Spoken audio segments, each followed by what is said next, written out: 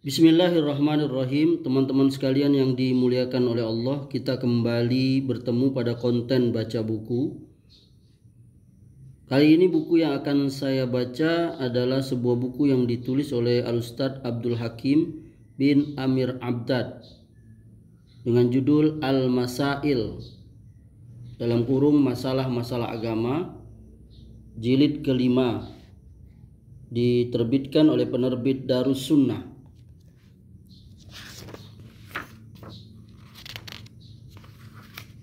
Dan buku yang saya miliki ini adalah cetakan ke-1 November tahun 2005.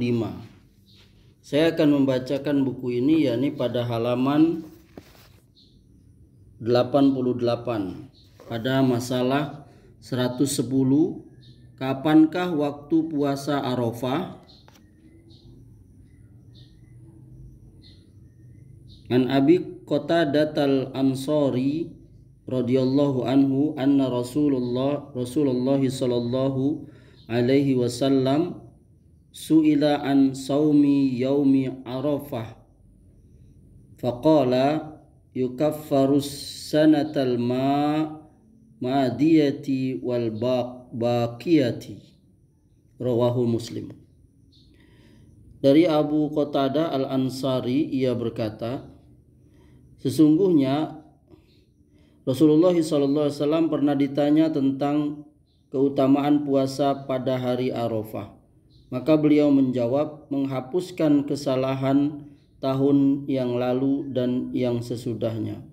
Riwayat Imam Muslim nomor 1162 dalam hadis yang panjang. Fikih hadis. Di dalam hadis yang mulia ini terdapat dalil dan hujjah yang sangat kuat tentang waktu puasa Arafah, yaitu pada hari Arafah ketika manusia wukuf di Arafah. Karena puasa Arafah ini terkait dengan waktu dan tempat, bukan dengan waktu saja seperti umumnya puasa-puasa yang lain. Oleh karena puasa Arafah itu terkait dengan tempat, sedangkan Arafah hanya ada satu di tempat. Arafah hanya ada di satu tempat, yaitu di Saudi Arabia, di dekat kota Mekah, bukan di Indonesia atau negeri-negeri yang lain. Maka waktu puasa Arafah adalah ketika kaum muslimin wukuf di Arafah. Seperti tahun ini 1425 Hijriah _2004 Masehi, wukuf jatuh pada hari Rabu. Maka kaum muslimin di Indonesia dan di seluruh negeri puasa Arafahnya pada hari Rabu dan Idul Adhanya pada hari Kamis, bukan sesudahnya, yakni puasanya pada hari Kamis dan Idnya pada hari Jumat dengan alasan mengikuti ru'yah di negeri masing-masing seperti halnya bulan Ramadan dan Idul Fitri. Pendapat seperti ini batil kalau tidak mau dikatakan sangatlah batil, karena telah menyalahi ketegasan hadis di atas, di mana Rasulullah SAW ditanya tentang puasa pada hari Arafah, yakni pada hari ketika manusia wukuf di Arafah. Adapun hari yang sesudahnya bukan hari Arafah lagi, tetapi hari Id, dan lusanya bukan hari Id lagi, tetapi hari Tasyrik. Ini yang pertama. Yang kedua, hujjah di atas lebih lemah dari sarang laba-laba karena telah mempergunakan kias ketika nas telah ada. Kaidah fikih yang mengatakan apabila nas telah datang maka batallah segala pendapat. Yang ketiga, kias yang mereka pergunakan merupakan kias yang berbeda dengan yang dikiaskan atau kias farik. Tidak dapat disamakan hukumnya antara Ramadan dan Idul Fitri tanggal 1 Syawal dengan puasa hari Arafah dan Idul Adha. Maka sabda Nabi SAW, puasalah karena melihat ru'yah Ramadan dan berbukalah karena melihat ru'yah Syawal, jelas sekali untuk puasa di bulan Ramadan dan Idul Fitri, bahwa masing-masing negeri atau negeri-negeri yang saling berdekatan mempunyai ru'yahnya masing-masing menurut pendapat sebagian ulama, sebagaimana telah saya jelaskan dengan luas di Al-Masail jilid 2 masalah ke-39.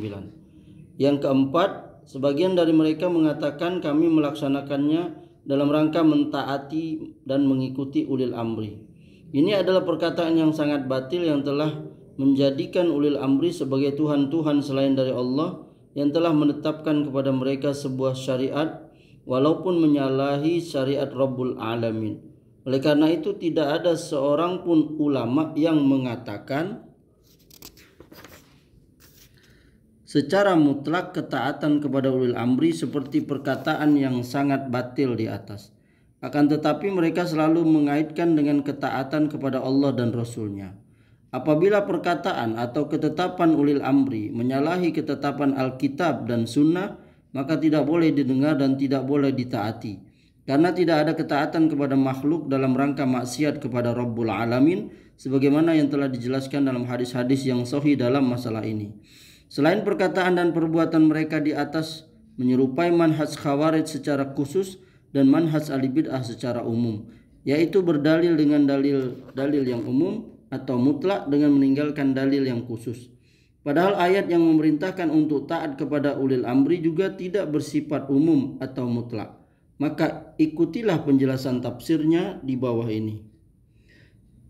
Ya ayyuhallazina amanu atiullaha wa atiur rasul wa ulil amri minkum fa in tanaza'tum fi syai'in farudduhu ila Allahi war rasul in kuntum tu'minuna billahi wal yaumil akhir zalika khairu wa ahsanu ta'wila.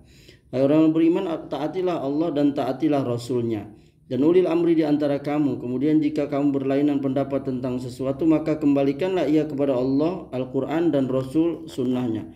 Jika kamu benar-benar beriman kepada Allah dan hari kemudian, yang demikian itu adalah lebih utama bagimu dan lebih baik akibatnya. Quran Surah An-Nisa ayat 59. Dalam ayat yang mulia ini Allah telah merintahkan orang-orang yang beriman untuk taat kepada Allah dan Rasulnya secara mutlak. Oleh karena itu Allah mengulangi fi'il kata kerja atiu ketika memerintahkan untuk mentaatinya dan mentaati Rasulnya. Adapun ketaatan kepada ulil amri tidak secara mutlak, tetapi terkait dengan ketaatan kepada Allah dan Rasulnya. Oleh karena itu Allah tidak mengulang kata kerja fi'il atiu ketika memerintahkan untuk mentaati ulil amri. Karena tidak ada ketaatan kepada makhluk dalam maksiat kepada Allah dan Rasulnya. Apabila ulil amri memerintahkan kepada kita untuk maksiat kepada Allah dan Rasulnya, atau perintahnya menyalahi Alkitab dan Sunnah, maka tidak boleh didengar dan ditaati, sebagaimana telah dijelaskan di dalam Alkitab dan Sunnah dari hadis-hadis yang sahih. Karena kalau kita taati perintah ulil amri yang bertentangan dengan Al-Quran dan Sunnah, maka kita telah menjadikan ulil amri tersebut sebagai Tuhan-Tuhan selain dari Allah yang ditaati perintah dan larangannya secara mutlak, sebagaimana perbuatan ahli kitab dari orang-orang Yahudi dan Nasara. Tetapi yang sangat penting kita ketahui bahwa larangan tidak boleh mendengar dan mentaati perintah ulil amri yang menyalahi Alkitab dan Sunnah tidaklah mewajibkan pada kita untuk memberontak yang kemudian menjatuhkannya, atau yang semakna dengannya, sebagaimana perbuatan ahli bid'ah dari firqah-firqah sesat seperti Khawarij dan Mu'tazilah dan yang sepaham dengan mereka. Tetapi ada cara yang diajarkan oleh Islam dalam menasihati dan memperingati ulil amri yang zalim, atau yang memerintahkan maksiat, atau yang perintahnya menyalahi keputusan Allah dan Rasulnya. Sedangkan yang dimaksud dengan ketaatan kepada Allah ialah dengan berpegang dan mengikuti kitabnya Al-Quran, dan ketaatan kepada Rasul dengan berpegang dan mengikuti sunnahnya. Ayat yang mulia ini menjadi sebesar-besar dalil dan hujjah akan kedudukan dan ketinggian serta kemuliaan sunnah, bahwa mentaati Rasul yakni dengan mengikuti sunnahnya secara mutlak, baik terdapat di dalam Al-Quran atau tidak, sama saja. Kewajiban kita mentaati dan mengikutinya. Jelas sekali dari ayat yang mulia kita mengetahui bahwa orang yang meninggalkan sunnah dengan sendirinya, dia telah meninggalkan Alkitab, Al-Quran dan tidak mentaati Allah secara mutlak. Dari sini pun kita mengetahui bahwa orang yang menjadikan dalil akli yang diputuskan oleh akal sebagai asas, kemudian dalil nakli yang diambil dari Al-Quran dan sunnah mengikutinya, yang pada hakikatnya mereka telah menjadikan akal-akal mereka sebagai raja yang memerintahkan dua wahyu yang mulia, yakni Alkitab dan Sunnah. Mereka inilah orang-orang yang tidak mentaati Allah dan Rasulnya sesuai dengan tingkat kesesatan mereka. Kemudian pada bagian yang kedua dari ayat yang mulia ini, Allah tabaraka wa ta'ala telah memerintahkan kepada orang-orang yang beriman untuk mengembalikan segala sesuatu yang mereka perselisihkan dari urusan dunia dan akhirat kepada Allah dan Rasulnya, yakni kepada kitabnya dan sunnah nabinya. Karena di dalam Alkitab dan sunnah itulah mereka akan mendapati penjelasan dan penyelesaian tentang hukum yang mereka perselisihkan. Sesuatu hal yang tidak mungkin terjadi ketika Allah memerintahkan untuk mengembalikan segala perselisihan kepada kitabnya dan sunnah Rasulnya, kemudian mereka tidak mendapatinya. Pasti mereka akan mendapati keputusan dari apa yang mereka perselisihkan kalau sekiranya benar-benar mengembalikan kepada keduanya. Dengan syarat tentunya mengembalikan kepada keduanya itu dengan cara yang benar, yaitu dengan ilmu dan keadilan, bukan dengan kebodohan dan hawa. Dan dalam hal ini menjadi bukti bagi kita memang benar-benar beriman kepada Allah dan hari akhir. Kemudian buah yang akan dihasilkan dari mengembalikan segala urusan perselisihan kepada Alkitab dan Sunnah ialah penyelesaiannya akan berakhir dengan kebaikan dan sebagian dan kebahagiaan bagi dunia dan akhirat kamu. Semoga bermanfaat.